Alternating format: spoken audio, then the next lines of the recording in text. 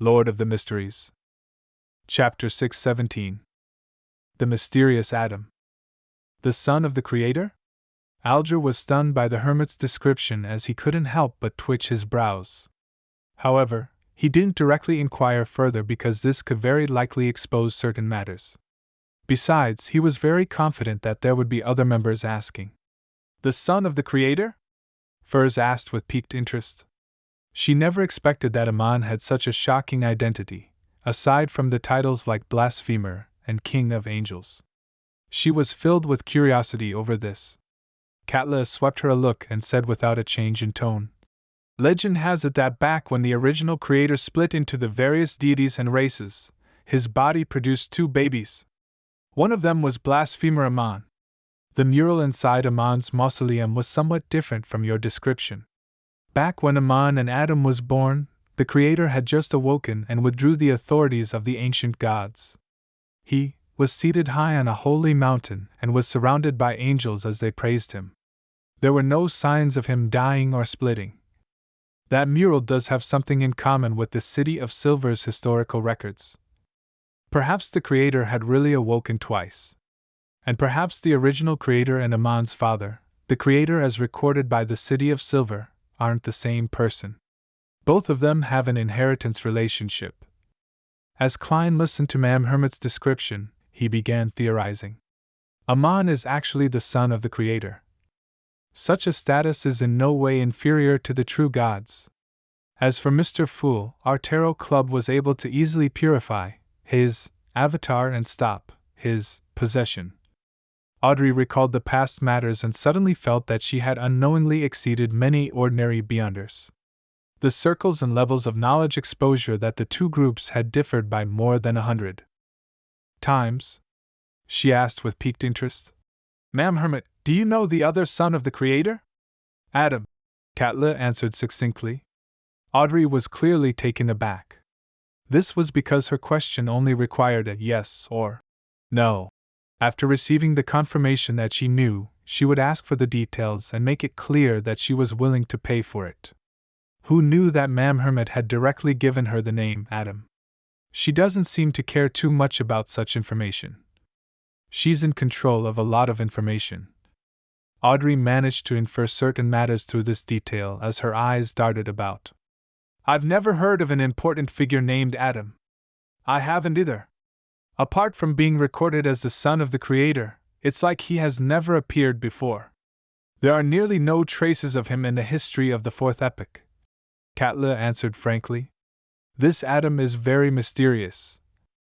I'm already rather well versed in the Fourth Epoch's three empires of Solomon, Tudor, and Trunsoist, as well as the angel families that come under them. Yet I've never heard of him before. If it wasn't for Rhodes who live-streamed the Church of Steam and Machinery's exploration of Amon's mausoleum, I wouldn't have even known his name. Has he long perished, or is he hidden in the dark while scheming something?" Klein sighed inwardly. Audrey subconsciously glanced at Mr. Hangman and discovered him shaking his head as well. Amon is a king of angels, so it doesn't make sense for Adam to not be one. There should be records in the City of Silver. Audrey looked at Derek. For some reason, Derek easily understood what was on Miss Justice's mind. He said in slight embarrassment, "We do not know about Adam, just like how we don't know about Amon. I was previously searching for ancient tomes related to the King of Angels. I believe that I was lacking in clearance as my sequence was still low at that time. I will continue searching for information on this King of Angels." Katla moved her fingers indiscernibly as she memorized the phrase. She knew that Miss Justice would definitely answer if she asked, so without waiting, she directly asked, "Amon is a king of angels that all of you are referring to?" "Yes." To thank Mam Hermit for her generosity, Audrey explained in detail. In the records of the City of Silver, the Creator had many angels attending to him. Among them, the leaders of the angels who were closest to the throne of God were deemed King of Angels. We haven't managed to confirm many King of Angels. One of them is the Angel of Fate Ouroboros who originates from the ancient tomes of the City of Silver. His title is Tail Devourer. The second is Medici, who Mr. Fool happened to mention. We are still unsure of his title. The third is a guess. We suspect that Aman is the angel of time among the king of angels. Since he is a king of angels, Adam, who is also a son of the Creator, is very likely one as well. Haven't managed to confirm many. I don't even know the term king of angels, but you have already grasped half of them. That's not many? None of your sequences are higher than mine. Katla nearly became speechless. Only at this point did Emlyn really understand the meaning behind a king of angels. He decided to use these names to seek out traces of the king of angels via the secret historical records the Sanguine had in their control after he returned to the real world. Katla fell silent for 2 seconds before saying, "Mr. Sun, you were once possessed by Aman?" "Yes, it was his avatar," Derek answered honestly. "However, he was purified by Mr. Fool. I wasn't injured at all." Purified by Mr. Fool. Katla couldn't hold back the urge to look at the end of the long bronze table. She originally imagined that she had a general idea of Mr. Fool's state, believing that he was still in a state of reawakening and was unable to use much of his powers. This was why he sought the identity of Sea God and obtained that scepter. However, the present situation shook the foundations of her speculation. She felt that Mr. Fool was like an iceberg. What was hidden beneath the surface was even more terrifying and unfathomable. He easily thwarted Aman's plans. Under certain situations, he can briefly break through the restrictions and produce strength at the level of a god. Katla's heart sank as she didn't ask further. She cautiously shut her mouth. At this moment, Audrey had thought of something that puzzled her because of this topic. She proactively asked, "Ma'am Hermit, after Aman's avatar was purified by Mr. Fool, a worm with 12 transparent rings was left behind. It's said to be a worm of time. Is that correct?" Katla recalled for 2 seconds before saying, "Yes." "Which pathway does it belong to? I mean, which Beyonder pathway does the Blasphemer pathway belong to?" Audrey pressed out of curiosity. Katla answered directly without any thought. "The Marauder pathway. Legend has it that at the saint or angel level, they are able to fool fate and cheat the rules, becoming a parasite of time."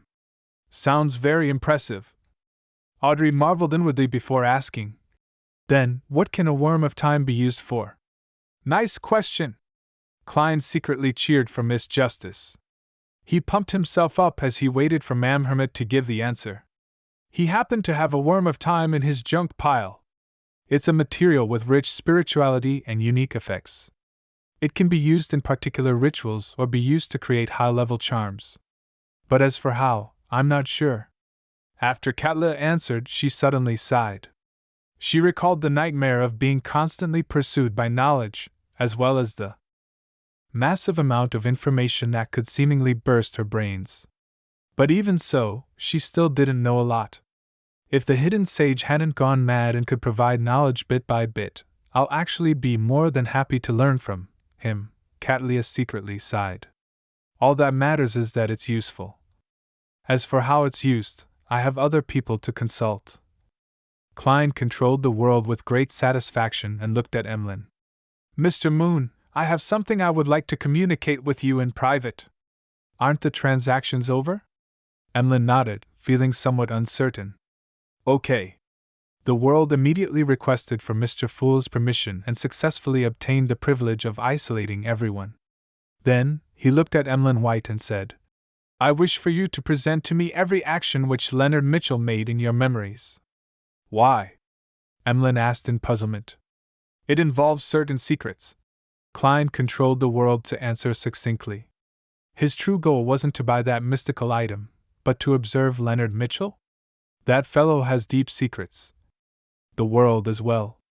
For an investigation, he was willing to spend £7,500.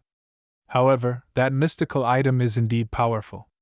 Isn't the world constantly seeking a way to eliminate the mental corruption in a Beyonder characteristic? This is likely useful. Emlyn suppressed his wandering thoughts as he seriously recalled Leonard Mitchell from his point of view. With Mr. Fool's help, he conjured a video in the form of streaming light. When the streaming light landed in the world's hands, Klein quickly browsed through it. He confirmed that Leonard really knew the existence of the grandpa, but he was unable to determine if he understood the danger. Temporarily suppressing any corresponding thoughts, Klein removed the isolation barriers and allowed the Tarot Club members to continue. At this moment, Audrey was reminded of something by Mr. World's private communication.